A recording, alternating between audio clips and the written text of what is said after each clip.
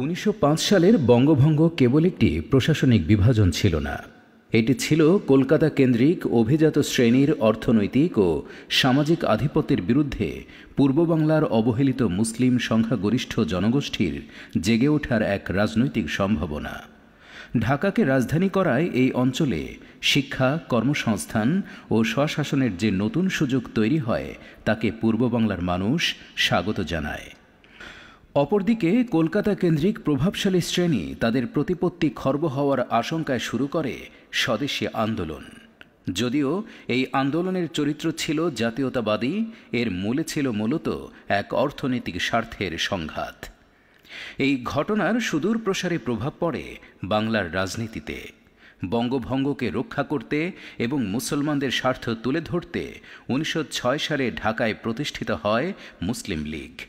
পরবর্তীতে ১৯১১ সালে যখন ব্রিটিশ সরকার আন্দোলনের চাপে বঙ্গভঙ্গ রদ করে, তখন পূর্ব বাংলার মুসলিম সম্প্রদায় একে চরম বিশ্বাসঘাতকতা হিসেবে দেখে। প্রাদেশিক মর্যাদা হারানোর পর মুসলিম রাজনৈতিক নেতৃত্বের এক দশকের নিরলস সংগ্রাম ও দর কষাকষির ফলেই ১৯২১ সালে প্রতিষ্ঠিত হয় পূর্ব বাংলার প্রথম এবং সবচেয়ে গুরুত্বপূর্ণ উচ্চশিক্ষা কেন্দ্র ঢাকা বিশ্ববিদ্যালয়। এটি ছিল এক হারানো প্রদেশের অভাব পূরণের প্রতীকী ক্ষতিপূরণ। এই বিশ্ববিদ্যালয়টি কেবল জ্ঞান চর্চার স্থান ছিল না, বরং তা দ্রুতই এই অঞ্চলের রাজনৈতিক চেতনার প্রধান কেন্দ্রবিন্দুতে পরিণত হয়। ঢাকা বিশ্ববিদ্যালয়ের পথ ধরে পাকিস্তান আমলে একে একে প্রতিষ্ঠিত হয় রাজশাহী বিশ্ববিদ্যালয়, চট্টগ্রাম বিশ্ববিদ্যালয়, জাহাঙ্গীরনগর বিশ্ববিদ্যালয় সহ বেশ কিছু বিশ্ববিদ্যালয়। প্রতিষ্ঠার পর থেকেই এই বিশ্ববিদ্যালয়গুলোর ছাত্র সমাজ প্রতিটি গণ আন্দোলন ও সংগ্রামে অগ্রণী ভূমিকা পালন করে এসেছে। ভাষার অধিকার থেকে শুরু করে মুক্তিযুদ্ধ, স্বৈরাচার পতন এবং সর্বশেষ জুলাই বিপ্লব, এ অঞ্চলের মানুষের অধিকার আদায়ের প্রতিটি লড়াইয়ে তারা ছিল রাজনৈতিক পরিবর্তনের মূল চালিকা শক্তি। ছাত্র সংসদ নির্বাচন ও জাতীয় রাজনীতি। একসময় বিশ্ববিদ্যালয়গুলো ছিল দেশের রাজনৈতিক নেতৃত্ব তৈরির অন্যতম প্রধান কেন্দ্র। এই নির্বাচিত ছাত্র প্রতিনিধিরাই পরবর্তীতে দেশের রাজনীতিতে গুরুত্বপূর্ণ ভূমিকা পালন করেছেন এবং জাতি গঠনে স্মরণীয় অবদান রেখেছেন। কিন্তু ১৯৯০ সালের পর হঠাৎ করেই শিক্ষা প্রতিষ্ঠানগুলোতে এই সক্রিয় গণতান্ত্রিক প্রক্রিয়াটি বন্ধ হয়ে যায়। স্থগিত হয়ে পড়ে বিশ্ববিদ্যালয়ের ছাত্র সংসদ নির্বাচন। ৯০-এর দশকের পর থেকে প্রায় ৩০-৩৫ বছর একটি ক্যাম্পাসে ছাত্র সংসদ নির্বাচন হয় নাই। বিশেষ করে আওয়ামী ফ্যাসিবাদের আমলে ১৫ বছর মানুষ তাদের সকল অধিকার থেকে বঞ্চিত ছিল, যার ফলশ্রুতিতে ক্যাম্পাসগুলো থেকে শুরু করে বাংলাদেশের প্রত্যন্ত এলাকাগুলোতে মানুষ তাদের সাংবিধানিক, মৌলিক, মানবিক সকল অধিকার থেকেই বঞ্চিত হয়েছে। বিশ্লেষকদের মতে ক্ষমতাসীন দল আশঙ্কা করেছিল নির্বাচনে তাদের প্রার্থীরা পরাজিত হলে কেন্দ্রীয় সরকার রাজনৈতিকভাবে বিপাকে পড়বে। এই ভয় থেকেই দীর্ঘদিন নির্বাচন বন্ধ রাখা হয়। ফলে নতুন ও তরুণ নেতৃত্বের বিকাশ বাধাগ্রস্ত হয়ে রাজনীতিতে এক শূন্যতা সৃষ্টি হয়। আমরা মাননীয় ভিসি স্যারকে বলতে চাই, যথাযথ পদক্ষেপ নেওয়া, খুব দ্রুত সময়ের ভিতরে ডাকসু দিয়ে আমাদের সকলের মনের ইচ্ছাটা পূরণ করা। আমরা কোনো নেতা নেত্রীকে চাই না নতুন করে, আমরা গেস্ট লুক চাই না, আমরা ডাকসু চাই। অবিলম্বে ডাকসু দিতে হবে।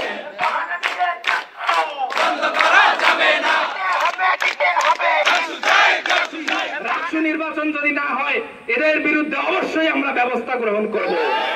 শিক্ষার্থীদের প্রাতিষ্ঠানিক ভোটাধিকার প্রয়োগের ক্ষেত্রে ডাকসু নির্বাচন অনুষ্ঠিত না হয়, তাহলে শুধু আমাদের চট্টগ্রাম বিশ্ববিদ্যালয় নয়, প্রতিটি ক্যাম্পাসে পেশি শক্তি, দখলদারিত্ব এবং সন্ত্রাসী কার্যক্রম পূর্বের মতো আবার সেই দিকেই যাবে।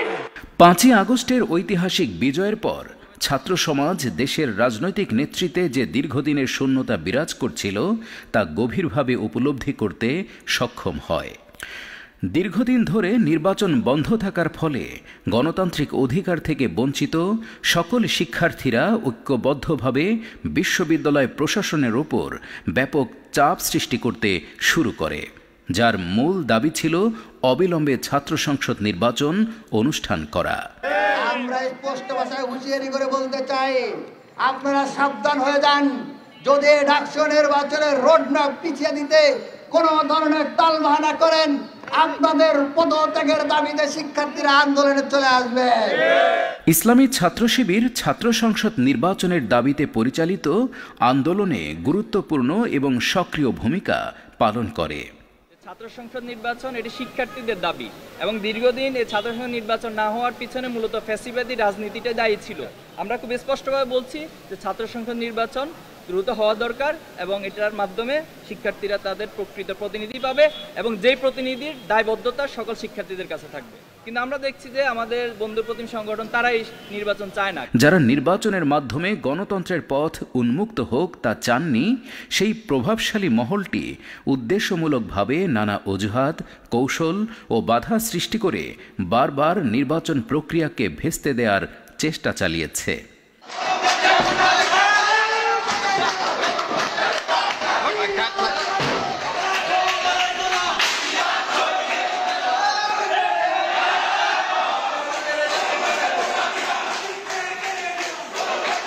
ডাকসু নির্বাচনের যেন ভোট না দেয় সেই ব্যাপারেই তো বলছে। এটা সংগঠনের প্রচার, মানে সংগঠনের পক্ষ থেকে আপনি করতে পারেন? হ্যাঁ, আমি সংগঠনের পক্ষ থেকে করতে পারি। তবে শিক্ষার্থীদের শক্তিশালী ও অপ্রতিরোধ্য দাবির মুখে অবশেষে বিশ্ববিদ্যালয় প্রশাসন ছাত্র সংসদ নির্বাচনের তারিখ ঘোষণা করতে বাধ্য হয়।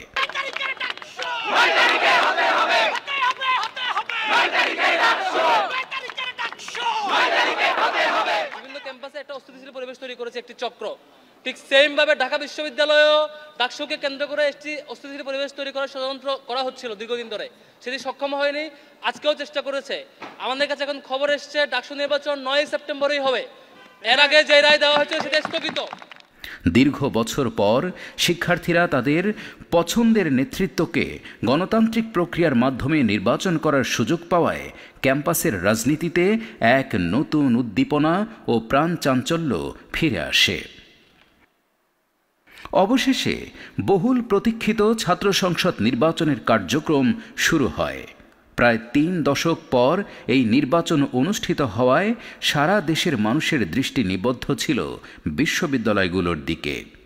কারণ এই নির্বাচনকে ক্যাম্পাসে গণতন্ত্রের প্রত্যাবর্তন হিসেবে দেখা হচ্ছিল। এই প্রেক্ষাপটে একে একে সকল ছাত্র সংগঠন তাদের প্যানেল ঘোষণা করতে শুরু করে। তবে সকলের আগ্রহের কেন্দ্রবিন্দুতে ছিল ইসলামী ছাত্র শিবিরের প্যানেল ঘোষণা। যখন ছাত্র শিবির তাদের প্যানেল প্রকাশ করে, তখন এর ভারসাম্যপূর্ণ ও চমকপ্রদ বিন্যাস দেখে পুরো ছাত্র সমাজ রীতিমতো অবাক হয়ে যায়। তাদের প্যানেলে কেবল নিজস্ব সংগঠনের সদস্যরাই ছিলেন না, বরং অন্তর্ভুক্ত করা হয়েছিল ভিন্ন ধর্মাবলম্বী প্রতিনিধি, জুলাই আন্দোলনের আহত যোদ্ধা, নারী নেতৃত্ব এবং বিভিন্ন প্ল্যাটফর্মে সংযুক্ত জুলাই বিপ্লবের সক্রিয় অংশগ্রহণকারীদের। আলহামদুলিল্লাহ, দীর্ঘ সময় পরে জুলাইয়ের চেতনায় জাগ্রত হয়ে যখন ক্যাম্পাসগুলোতে ছাত্র সংসদ নির্বাচন অনুষ্ঠিত হলো, আপনারা দেখেছেন 4টি ছাত্র সংসদ নির্বাচন অনুষ্ঠিত হয়েছে। সেখানে ইসলামী ছাত্র শিবির সমর্থিত প্যানেল নিরঙ্কুশ সংখ্যাগরিষ্ঠতা পেয়ে বিজয় অর্জন করেছে। এর পেছনে সবচেয়ে গুরুত্বপূর্ণ যে ইনস্ট্রুমেন্টটি ছিল আমরা মনে করি সেটা হচ্ছে ইসলামী ছাত্র শিবির তার লয়ালটি, তার ইন্টিগ্রিটি এবং ছাত্রদের ব্যাপারে প্রতি তাদের যে কমিটমেন্ট ছিল, ইসলামী ছাত্র শিবির সেই কমিটমেন্ট শতভাগ বাস্তবায়ন করেছে। এছাড়াও প্রতিটি পদের জন্য স্ব ক্ষেত্রে যোগ্য ও দক্ষ শিক্ষার্থীদের প্রার্থী হিসেবে ঘোষণা করা হয়। প্রতিটি বিশ্ববিদ্যালয়ে ছাত্র শিবিরের এই বৈচিত্র্যময় ও যোগ্যতা সম্পন্ন প্যানেলগুলো টক অফ দ্য কান্ট্রিতে পরিণত হয়, যা দেশের ছাত্র রাজনীতিতে একটি নতুন বার্তা বহন করে। ইসলামী ছাত্র শিবির একটি নিয়মতান্ত্রিক ছাত্র সংগঠন হিসেবে অত্যন্ত সুশৃঙ্খলভাবে তাদের নির্বাচনী প্রচারণা শুরু করে।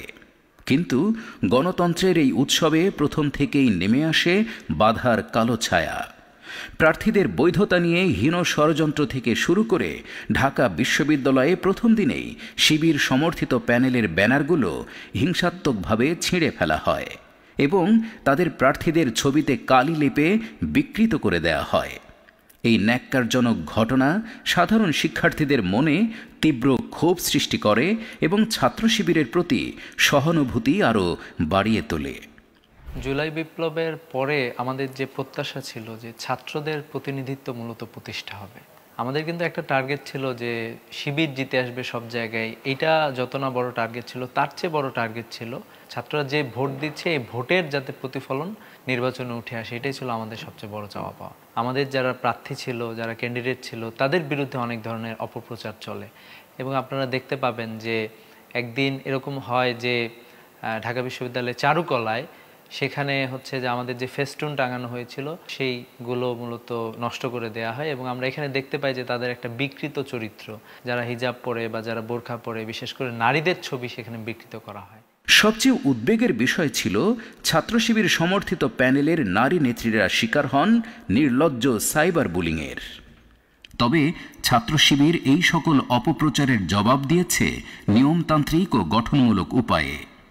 নির্বাচন বানচালের ষড়যন্ত্রকারীরা ক্রমাগত উস্কানিমূলক মিথ্যাচার ও আক্রমণাত্মক মন্তব্য করতে থাকে, কিন্তু সকল প্রতিকূলতা ও অপবাদের মুখেও ছাত্র শিবির ঠান্ডা মাথায় ধৈর্য ও যুক্তির মাধ্যমে পরিস্থিতির মোকাবেলা করে, যা তাদের রাজনৈতিক পরিপক্কতার বহিঃপ্রকাশ। নির্দিষ্ট দিনে ভোট গ্রহণ শুরু হলে বিশ্ববিদ্যালয়গুলোর প্রাঙ্গণে ব্যাপক উদ্দীপনা দেখা যায়। শিক্ষার্থীরা দীর্ঘদিনের জমানো প্রত্যাশা নিয়ে স্বতঃস্ফূর্তভাবে লাইনে দাঁড়িয়ে তাদের পছন্দের প্রার্থীকে ভোট দিতে থাকে। এই প্রক্রিয়ায় যেমন ছিল উৎসবের আমেজ, তেমনই ছিল টান টান উত্তেজনা। তবে ভোট চলাকালীন সময় যত গড়াতে থাকে, প্রার্থীদের মধ্যে অভিযোগ পাল্টা অভিযোগের পালা ততই চলতে থাকে। ষড়যন্ত্রকারীরা নির্বাচনের দিনেও তাদের শেষ চেষ্টা হিসেবে নির্বাচন বানচাল করার অপচেষ্টা অব্যাহত রাখে। সব জল্পনা কল্পনা ও দীর্ঘ প্রতীক্ষার পর আসে সেই চূড়ান্ত ক্ষণ। প্রধান নির্বাচন কমিশনার ফলাফল ঘোষণা শুরু করেন। ঢাকা বিশ্ববিদ্যালয় কেন্দ্রীয় ছাত্র সংসদের সহ সভাপতি নির্বাচিত হয়েছেন আবু সাদিক কায়েম। মুহূর্তেই উল্লাসের বাঁধ ভেঙে যায় চারিদিকে।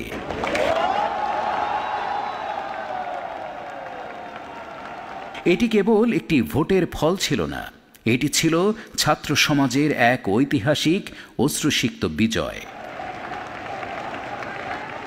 অন্যান্য বিশ্ববিদ্যালয়েও ছাত্র শিবিরের বিজয়ী প্রার্থীরা যখন সকলের অভিনন্দন গ্রহণ করছিলেন, তখন তাদের চোখ বেয়ে নামছিল আনন্দ অশ্রুর নদী।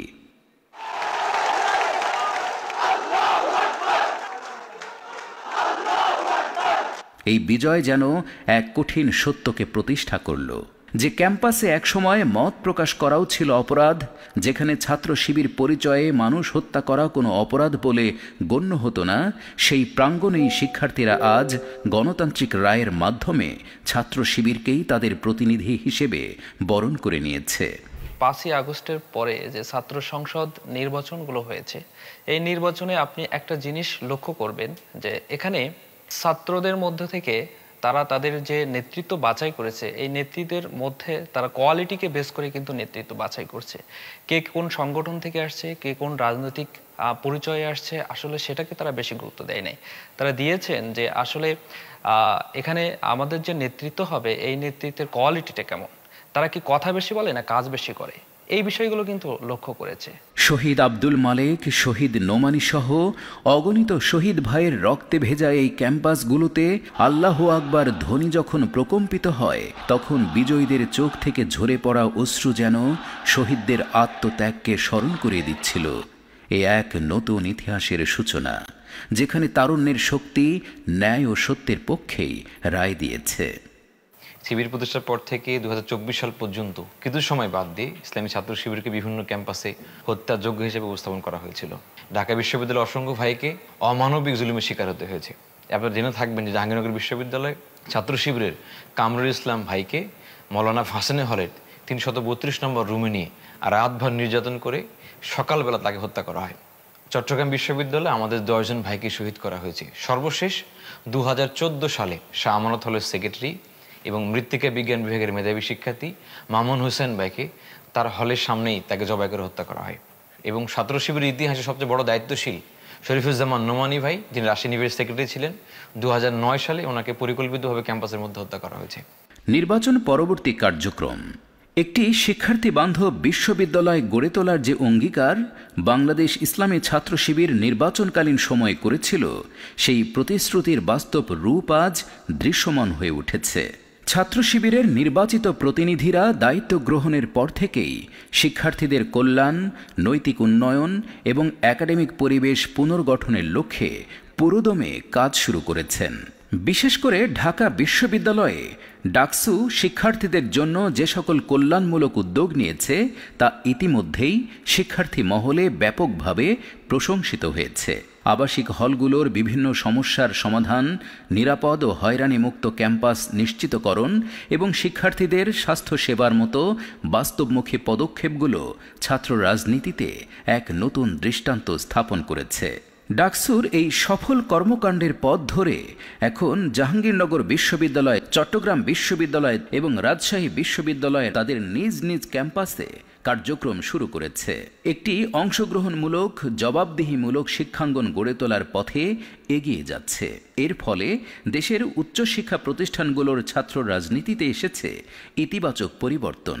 সহিংসতা ও দখলদারিত্বের রাজনীতির বদলে প্রতিষ্ঠিত হচ্ছে সহযোগিতা ও কল্যাণমুখী নেতৃত্ব। শিক্ষার্থীরা এখন অনুভব করছে তাদের কণ্ঠস্বর অনেক মূল্যবান এবং প্রভাবশালী। আল্লাহ তাআলার শুকরিয়া আদায় করছি 2024-এর 36শে জুলাই পরবর্তী বাংলাদেশে ছাত্র সংসদ নির্বাচন অনুষ্ঠিত হয়েছে। ডাকসু সহ বাংলাদেশের প্রথম সারির 4টি বিশ্ববিদ্যালয়ে নির্বাচন অনুষ্ঠিত হয়েছে। যেহেতু শিক্ষার্থীরা তাদের সরাসরি ভোটের মধ্য দিয়ে তাদের প্রতিনিধি নির্বাচন করেছেন, এজন্য এই প্রতিনিধিদের দায়বদ্ধতা রয়েছে শিক্ষার্থীদের প্রতি। তারা তাদের সর্বাত্মক প্রচেষ্টা দ্বারা শিক্ষার্থীদের অধিকার আদায়ের ক্ষেত্রে কাজ করবেন এবং শিক্ষার্থীদের যে স্বপ্নের ক্যাম্পাস, সেই স্বপ্নের ক্যাম্পাস বাস্তবায়নে সর্বাত্মক ভূমিকা রাখবেন। ছাত্র সংঘ নির্বাচনের মধ্য দিয়ে যারা বিজয়ী হয়েছেন, এই বিজয় শুধুমাত্র কোনো দল বা কোনো ব্যক্তির নয়। আমরা মনে করি এই বিজয় সবার। এই বিজয়কে সবার কাছে ছড়িয়ে দেওয়ার জন্য বিজয় প্রতিনিধিদেরকে সবার হয়ে উঠতে হবে। আমি মনে করি বাংলাদেশের সকল ঐতিহাসিক প্রেক্ষাপটে ছাত্র সংসদের অনেক বড় ভূমিকা ছিল। আশা করি আগামী দিনেও যে সমৃদ্ধ বাংলাদেশ, আমাদের শহীদ গাজীদের যে প্রত্যাশিত বাংলাদেশ, সে বাংলাদেশ গঠনে ছাত্র সংসদ নির্বাচনের প্রত্যেক প্রতিনিধি তার নিজ নিজ জায়গা থেকে ভূমিকা রাখবেন। নতুন ছাত্র নেতাদের সক্রিয়তা দেখে শিক্ষার্থীরা সহ সমগ্র দেশবাসী তাদের কাছ থেকে এক নতুন স্বপ্নের বীজ বুনতে শুরু করেছে। এই তরুণ, উদ্যোগী এবং প্রতিশ্রুতিবদ্ধ নেতৃত্বই একদিন জাতিকে সঠিক পথে চালিত করবে এবং দেশের সামগ্রিক পরিবর্তনে গুরুত্বপূর্ণ ভূমিকা রাখবে ইনশাআল্লাহ।